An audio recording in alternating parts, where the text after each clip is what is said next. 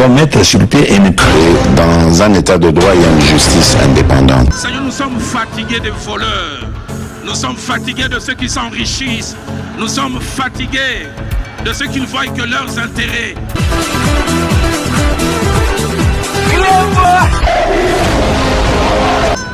Je m'engage à user de tout ce qui est en mon pouvoir pour que les erreurs du passé ne se reproduisent plus et pour que les actions nécessaires à l'avancement de notre pays soient promptement prises.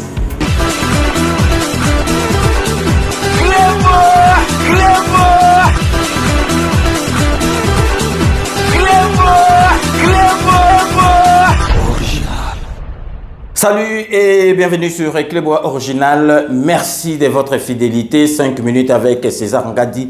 Tout le monde est d'accord et il en restera ainsi pendant très longtemps. 5 minutes Nabiso Ezali, édition spéciale. Au Togolak Sabino, message à chef de l'État, président de la République, son Excellence Félix Antoine Tshisekedi Tshilombo pour la 64e anniversaire. Il y a indépendance, il y a Mboka Nabiso. Vous voyez que le 30 juin, Oyo Ezalaki jour to fetaka.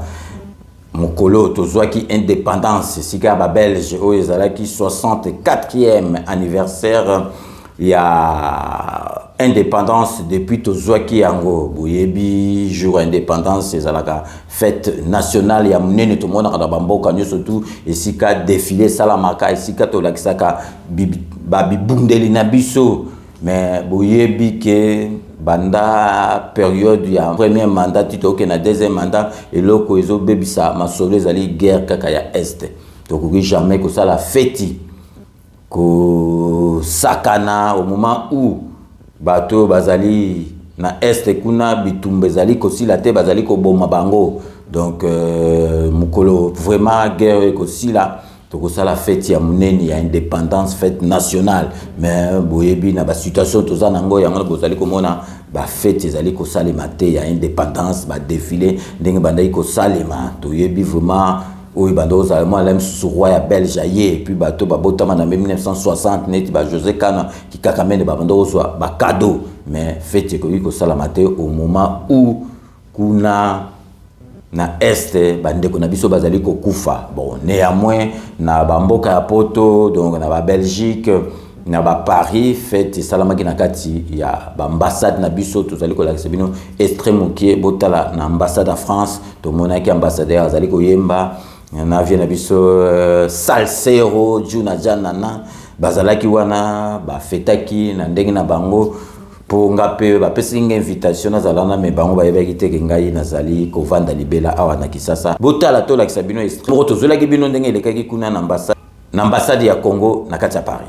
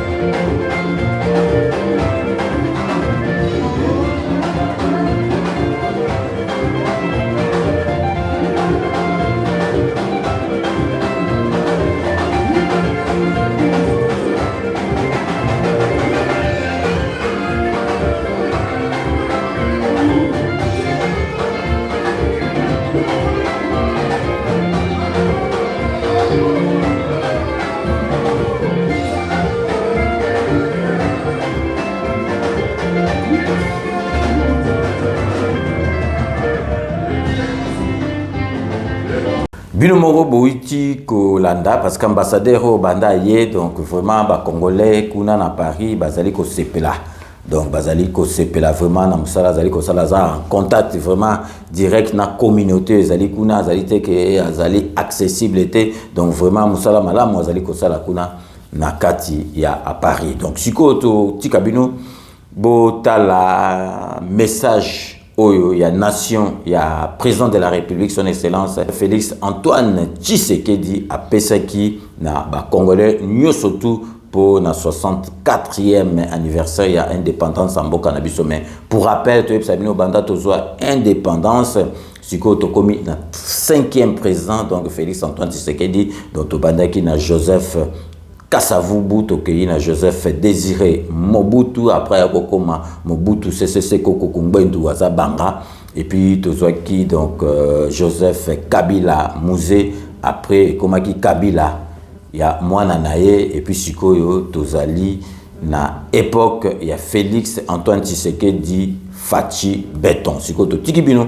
Bolanda message au président de la République à Pesaki jour il y a le 30 juin 2024 pour la Nation Mobimba Balanda. Donc restez connectés sur Éclairbois Original pour la suite de nos programmes.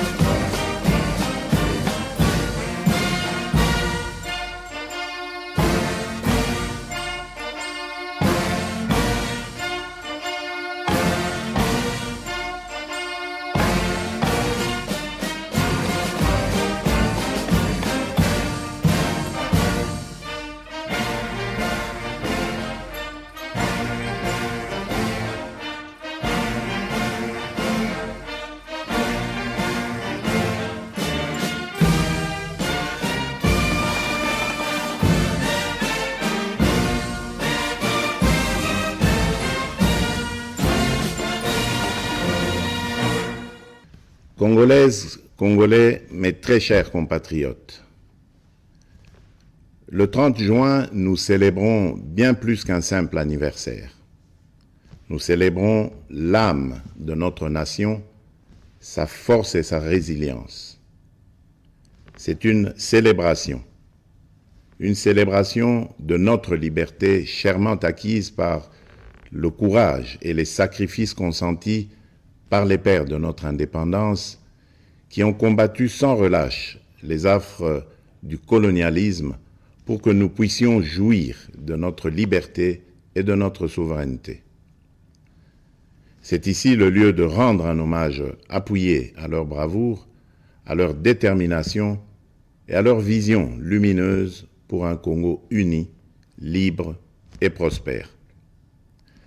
Aujourd'hui, nous sommes 64 ans plus âgés, 64 ans plus forts, 64 fois plus déterminés à poursuivre l'œuvre de nos pères fondateurs. Le cheminement de notre nation nous renseigne que l'indépendance chèrement acquise est certes un choix délibéré de responsabilité, mais elle ne devient véritablement un acquis que lorsque nous en faisons un pari ambitieux. Celui de la volonté inébranlable de tout un peuple d'aller toujours vers le progrès économique et social pour un bien-être durable. Elle est un combat continu qui exige notre unité, notre solidarité et notre engagement pour un avenir meilleur pour tous. Mes très chers compatriotes, cette commémoration est marquée cette année par l'installation effective des institutions de la République et des animateurs issus du 4e cycle électoral qui a connu pour la première fois la participation d'une partie de nos compatriotes vivant à l'étranger. Ce processus est appelé à s'étendre à l'ensemble de la diaspora congolaise à travers le monde. Je me réjouis de célébrer notre marche collective vers la consolidation de la démocratie et la promotion de l'état de droit dans notre nation.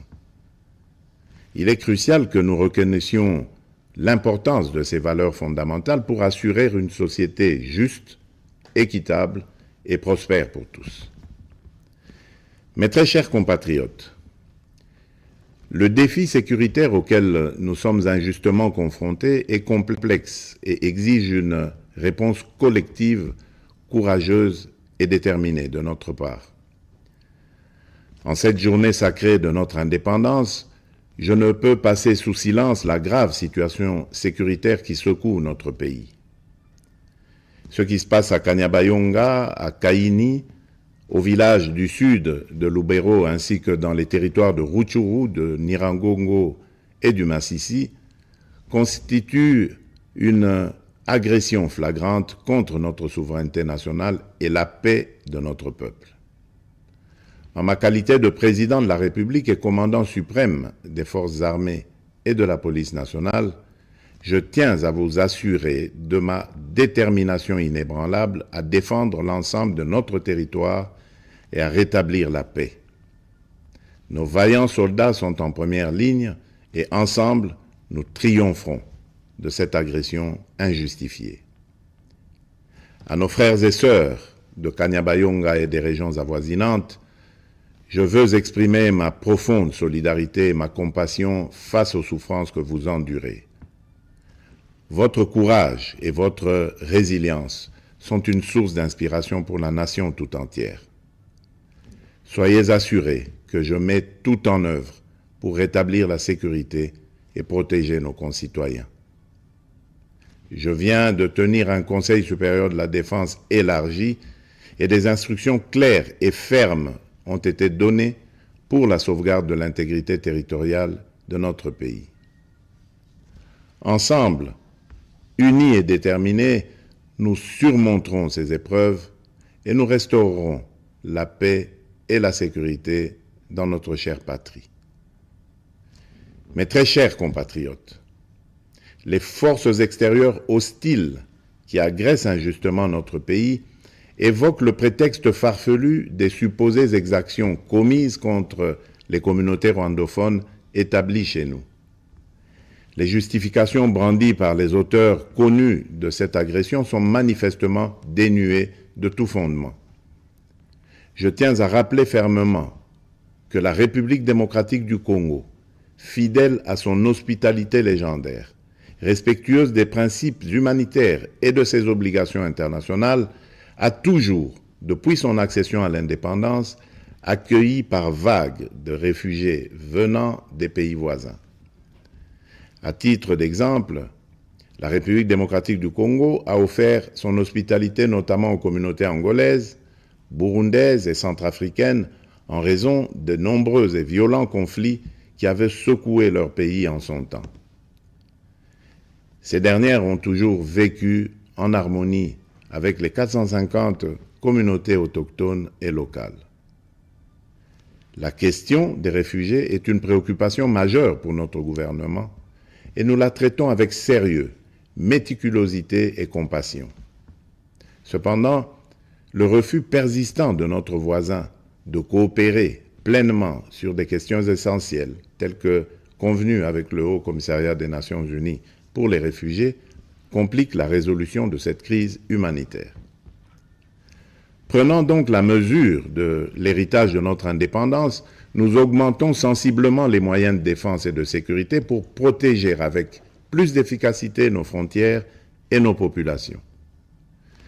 C'est pourquoi j'ai instruit le nouveau gouvernement de la République d'investir prioritairement dans le renforcement des capacités de l'État à sécuriser le territoire et la population avec un budget cumulé sur les 5 ans représentant 20% du budget annuel, essentiellement destiné à poursuivre des actions de la montée en puissance de nos forces de défense et de sécurité.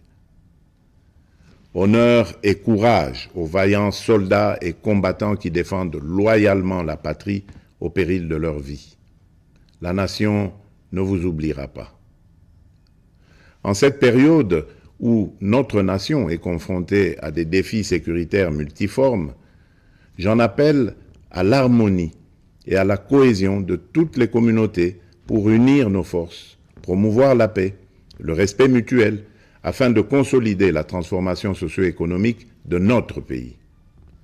Debout, Congolais.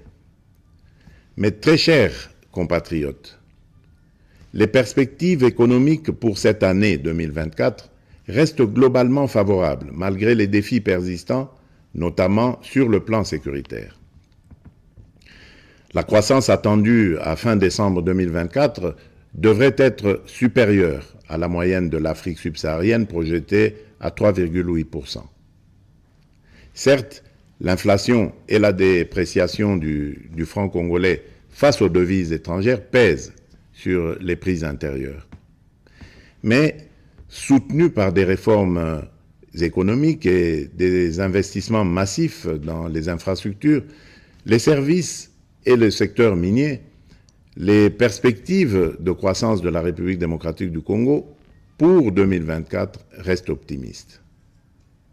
À partir de ces perspectives, je suis convaincu que la République démocratique du Congo est résolument engagée dans la trajectoire des pays à revenus intermédiaires grâce à la transformation de l'agriculture et de l'industrie. C'est pourquoi nous devons poursuivre les réformes, projets et actions initiées sous mon premier quinquennat qui ont produit des résultats positifs sur les structures de l'État et de la société.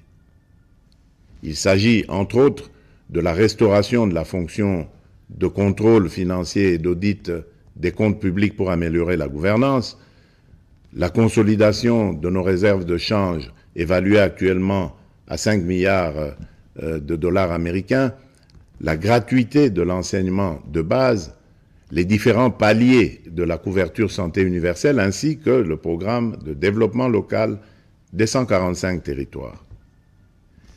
Ces acquis seront capitalisés par les réformes initiées pour assurer une transition vers une économie plus diversifiée grâce principalement à la transformation agricole et au développement des infrastructures dans le secteur des routes, des chemins de fer, du numérique et de l'énergie. Dans ce sens, j'ai instruit le gouvernement d'accélérer dès cette année 2024 le déclenchement de la deuxième phase de ce vaste programme minerai contre infrastructure qui va contribuer à la promotion du marché intérieur et à la création d'emplois. Pour illustration, ce programme d'infrastructure permettra de relier le sud et le nord du pays. Cela va non seulement consolider notre réseau national de transport multimodal, mais aussi améliorer sensiblement la qualité de la communication à l'intérieur du pays.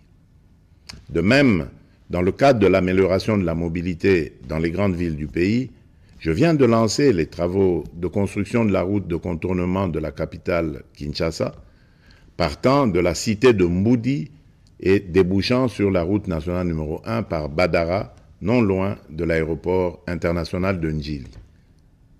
Mais au-delà de ces efforts encourageants, je suis conscient des difficultés sociales que rencontre la majorité des Congolais au quotidien.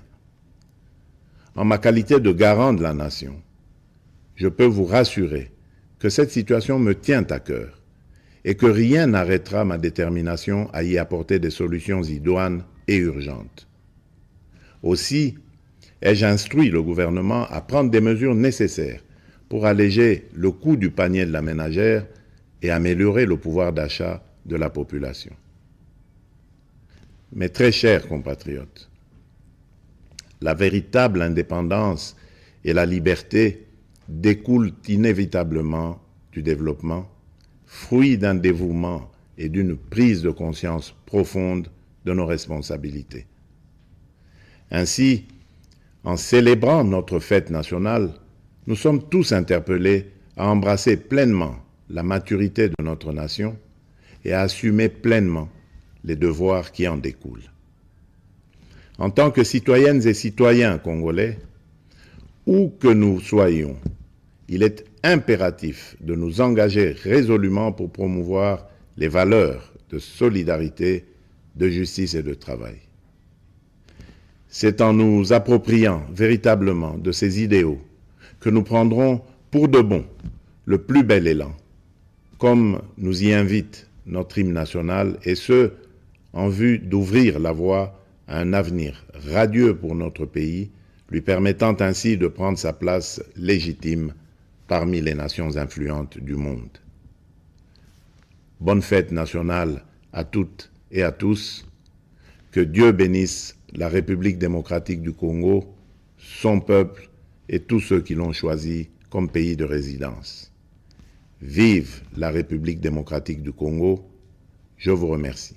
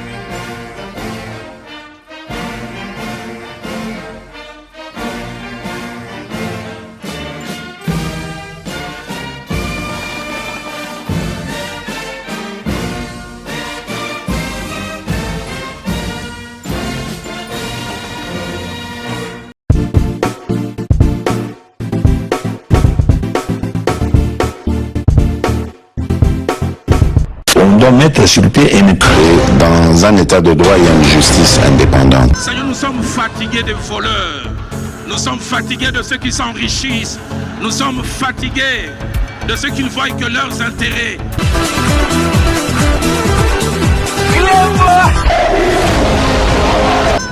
Je m'engage à user de tout ce qui est en mon pouvoir pour que les erreurs du passé ne se reproduisent plus et pour que les actions nécessaires à l'avancement de notre pays soient promptement prises. Clément!